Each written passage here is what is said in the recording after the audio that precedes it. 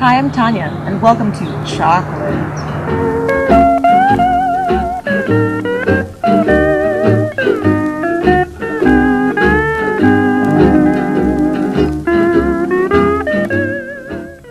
Chocolate. Hi, welcome to part one of our two-part series on chocolate. This is your brain on chocolate. Chocolate contains a whole host of interesting chemical compounds which have all sorts of enjoyable effects on the brain. Things like MAO inhibitors, which keep serotonin and other neurotransmitters circulating around in the brain and produce feelings of well-being. Also, things like anandamide, known to some as the bliss chemical, which is associated with feelings of euphoria. Perhaps the biggest part of chocolate's appeal lies in the fact that it contains phenylethylamine, known as the love drug. Phenylethylamine is a neuroamine found in chocolate and naturally occurring in the brain. It produces high levels of energy, feelings of focus and alertness, and an intense state of well-being. Known widely to people in love and meth addicts. This is history on chocolate. The historical usage of chocolate dates back thousands of years.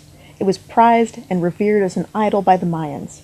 The Aztecs, after a long, hard day of ripping out the still beating hearts of their sacrificial victims, would enjoy it as a beverage. In 1519, Hernando Cortez was introduced to this beverage by Montezuma II, the last Aztec emperor, perhaps best known for his bowel-scorching Mexican revenge. Hernando Cortez liked it so much that, after a long, hard day of ripping out the still beating heart of the Aztec culture, he took it back to Spain with him. The original Aztec beverage contained scorched chocolate, spices, and corn. In Spain, the recipe was changed by the additions of heat and sugar, and chocolate became a jealously guarded secret for nobility only. They couldn't keep something that good a secret for long. Soon, chocolate's popularity had spread to France and England, and by the 1700s, chocolate shops were as popular as coffee houses. Despite its South American origins, 2/3 of the world's chocolate today is produced in Africa, primarily in Ghana, Côte d'Ivoire, Nigeria, and Cameroon. That final third still comes from South America, primarily Brazil and Ecuador. As with other processed raw food products, raw chocolate has its own swirl of controversy. Alyssa Cohen, a notable raw food chef, said on Raw Vegan Radio that she prefers carob, having found chocolate to be overstimulating. This is probably because of theobromine, a caffeine analog present in chocolate. Others, like David Wolf and Dr. Gabriel Cousens, tout it as an almost magical superfood, citing its high levels of sulfur and magnesium. And we love sulfur because it gives us healthy hair, skin, and nails, and it's also supposed to help detoxify your liver and give you pancreatic health. My pancreas is looking so good. Some even go so far as to say, eating chocolate will facilitate nutrient uptake, toxin elimination, peak levels of energy and creativity, and the manifestation of your divine purpose. I just want to eat some. Okay, do it again. Chocolate. We found raw chocolate in a couple of different forms. One of them is the nibs, which are the lightly crushed seeds of the cacao plant. It also comes in powder forms. The two companies that we've found that make raw cocoa powder are Nature's First Law and Navitas. Now, the Nature's First Law powder has a little bit more rich and mellow flavor, and it's slightly more expensive. And the Navitas has a brighter and bitier flavor and is a little bit less expensive. So let's get decadent. We're going to mix chocolate powder with the things that take it from superfood to super delicious.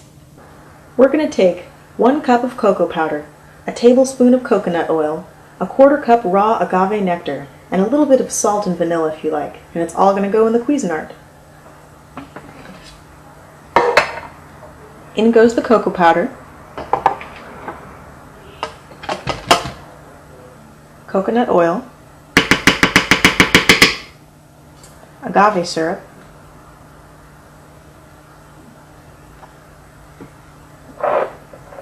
pinch of salt, and a dash of vanilla extract.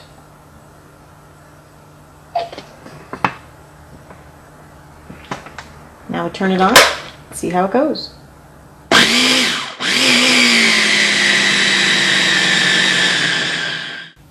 It's really thick, so we're going to add a little bit more agave syrup.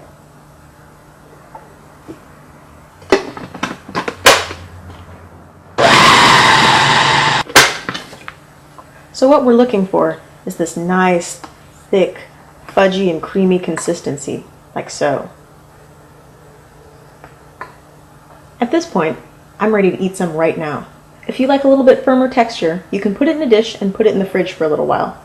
And for exciting flavor-taste combinations, you could add something like mint extract or almond extract to change it up a little bit.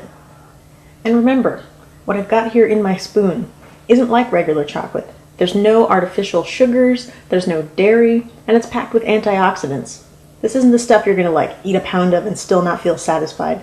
You're gonna eat a little bit, enjoy it thoroughly, and feel great.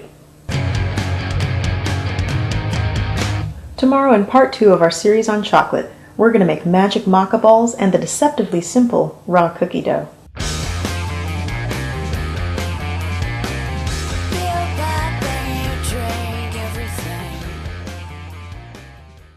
Chocolate.